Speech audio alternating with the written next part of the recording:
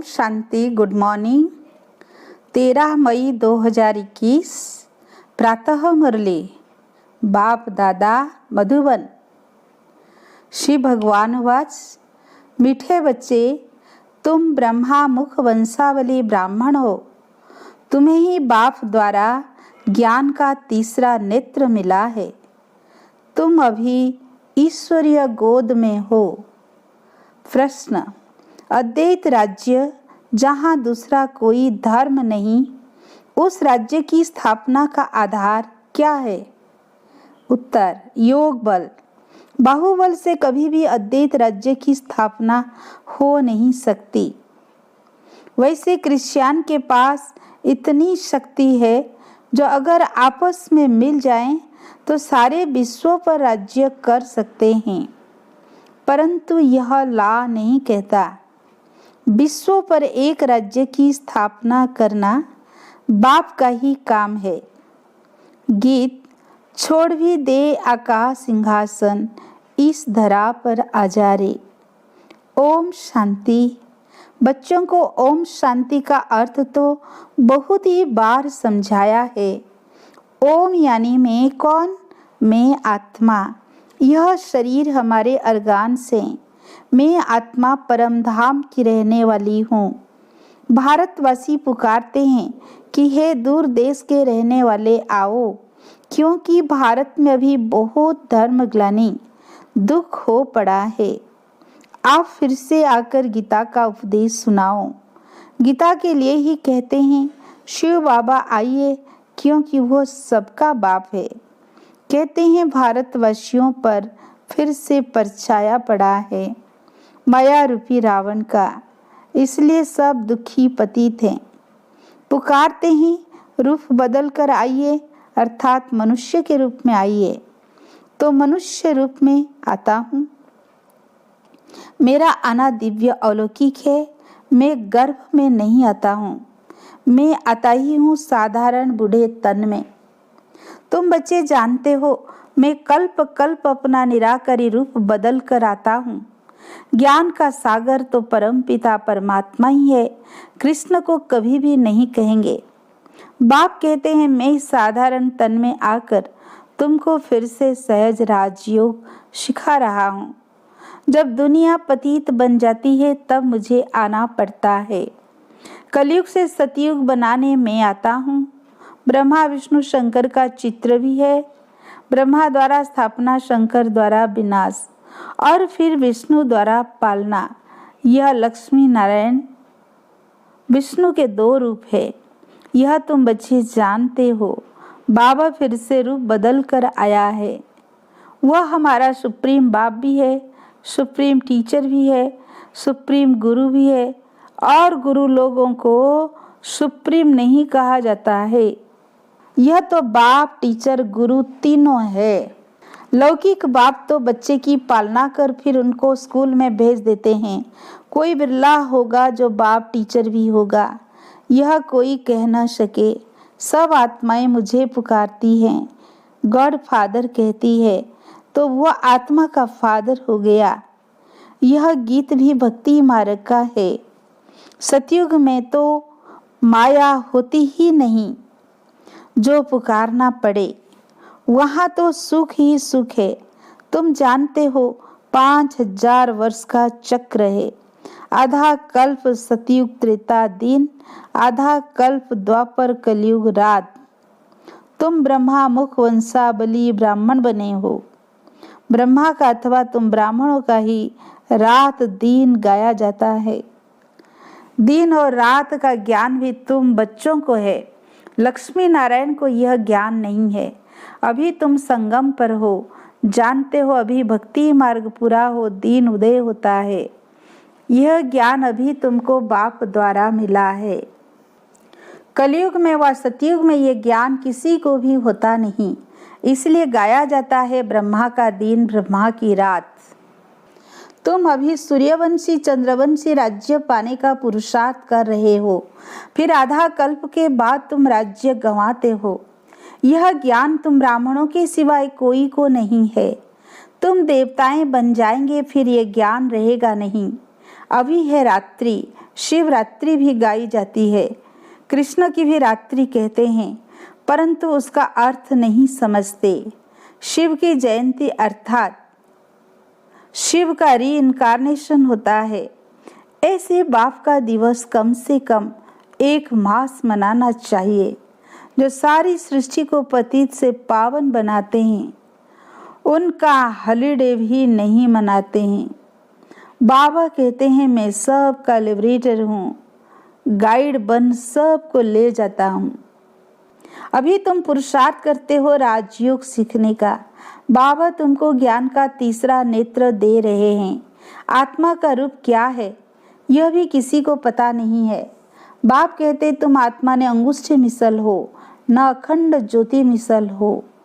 तुम तो स्टार हो, बिंदी मिसल।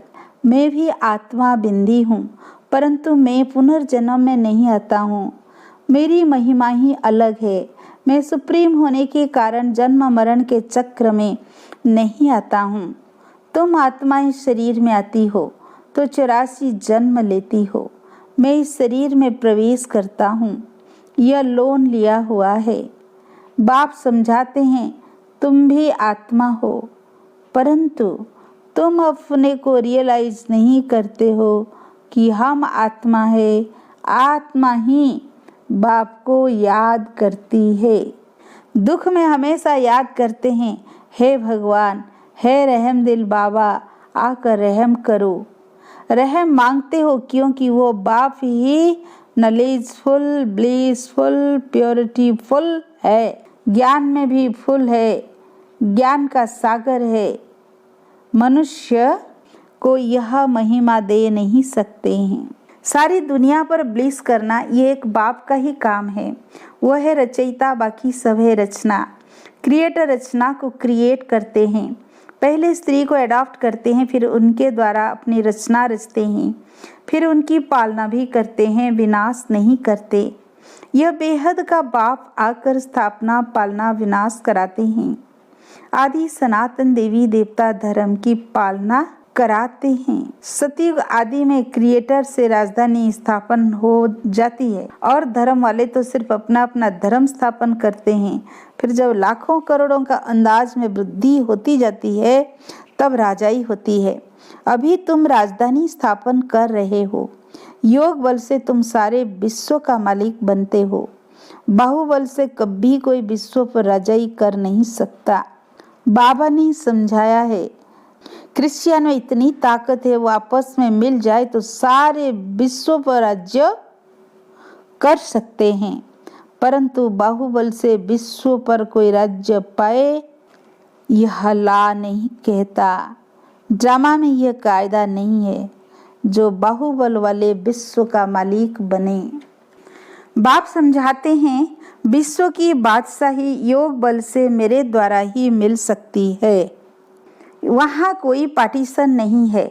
धरती आकाश सब तुम्हारे होंगे, तुमको कोई टच नहीं कर सकता। उनको कहा जाता है अद्वैत राज्य।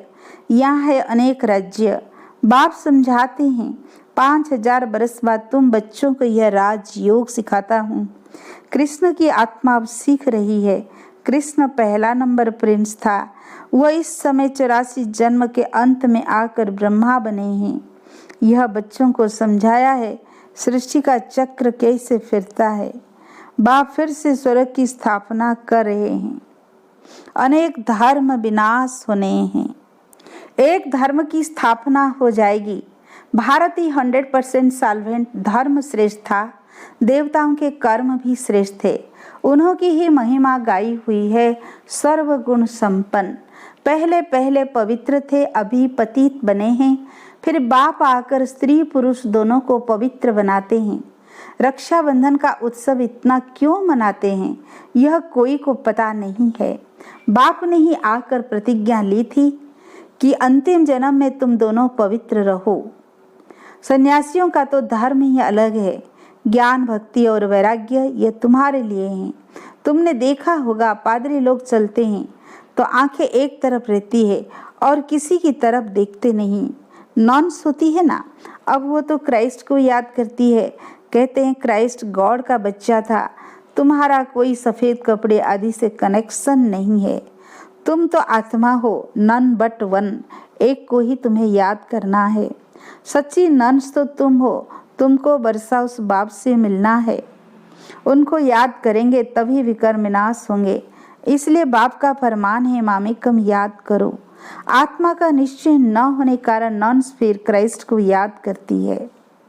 गॉड कौन है यह नहीं जानते हैं। भारतवासी जो पहले पहले आते हैं वही नहीं जानते हैं। लक्ष्मी नारायण को सृष्टि का ज्ञान थोड़ी है, ना वो त्रिकालदर्शी है। त्रिकालदर्शी तो तुम ब्राह्मण बनते हो। तुमको कौड़ी से बदले हीरे जैसा बाप बनाते हैं। अब तुम ईश्वरीय गोद में हो। तुम्हारा यह अंतिम जन्म बहुत अमूल्य है। भारत की खास, दुनिया की आम, तुम रूहानी सेवा करते हो। बाकी वो तो है जिस्मानी सोशल वर्कर्स। तुम हो रूहानी। तुमको सिखाने वाला सुप्रीम रूह है। हर एक आत्मा को बोलो, एक बाप को याद करो। बाप को ही पतित पावन कहा जाता है। तुमको गिरने में 84 जन्म लगते हैं, फिर चढ़ने में 1 सेकेंड लगता है। यह तुम्हारा इस मृत्यु लोक का अंतिम जन्म है। मृत्यु लोक मुर्दाबाद, अमर लोक जिंदाबाद होना है। इसको अमर कथा कहा जाता है। अमर बाबा आकर तुम अमर आत्माओं को अमर युग में ले चलने के लिए अमर कथा सुनाते हैं। बाबा कहते हैं, अच्छा और बातें भूल जाते हो तो सिर्फ अपने को आत्मा निश्चय कर मुझे एक बाप को याद करो।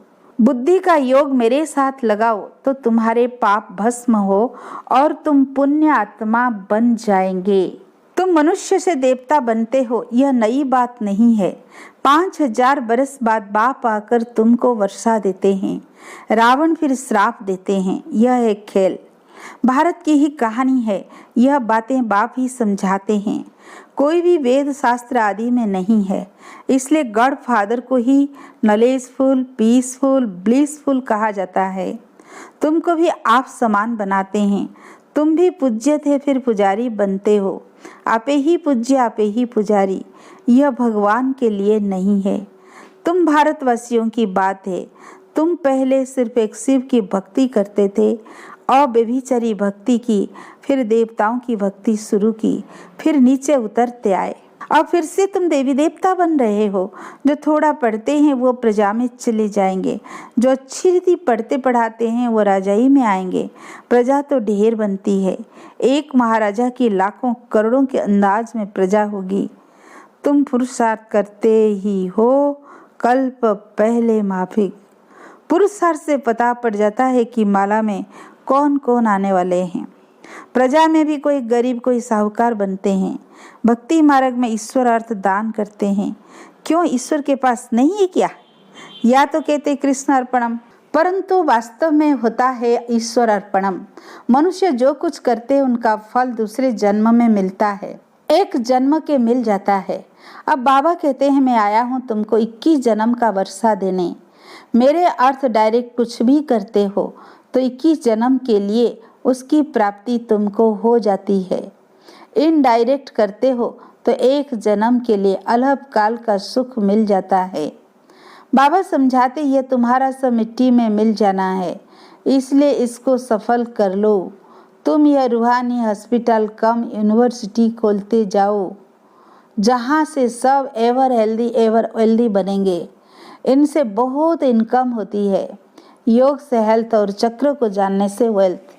तो घर घर में ऐसी यूनिवर्सिटी कम हॉस्पिटल खोलते जाओ। बड़ा आदमी है तो बड़ा खोले, जहाँ बहुत आ सके। बोर्ड पर लिख दो, जैसे नेचर केयर वाले लिखते हैं। बाप सारी दुनिया की नेचर बदल प्योर बना देते हैं। इस समय सभी इम्प्योर है। सारी दुनिया को एवर हेल्दी, एवर वेल्दी बनाने वाला बाप है, जो अब तुम बच्चों को पढ़ा रहे हैं। तुम हो मोस्ट स्वीट चिल्ड्रेन।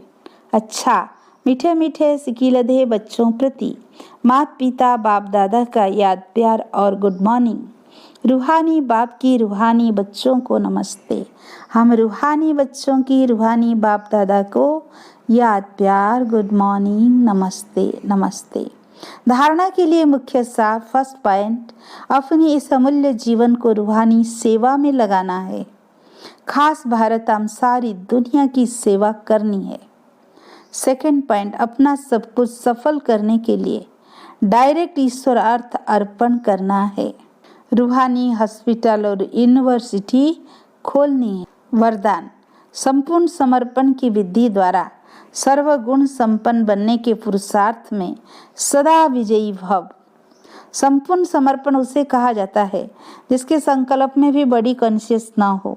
अपने देह का भान भी अर्पण कर देना, मैं फलानी हूँ, यह संकल्प भी अर्पण कर संपूर्ण समर्पण होने वाले सर्व गुणों से संपन्न बनते हैं। उनमें कोई भी गुण की कमी नहीं रहती। सर्व समर्पण कर सर्व गुण संपन्न व संपूर्ण बनने का लक्ष्य रखते हैं तो ऐसे पुरुषार्थियों को बाप दादा सदा विजयी भव का वरदान देते हैं। आज का स्लोगन, मन को वश में करने वाला ही मन मना भाव रह सकता है। अच्छा, ओम शांति।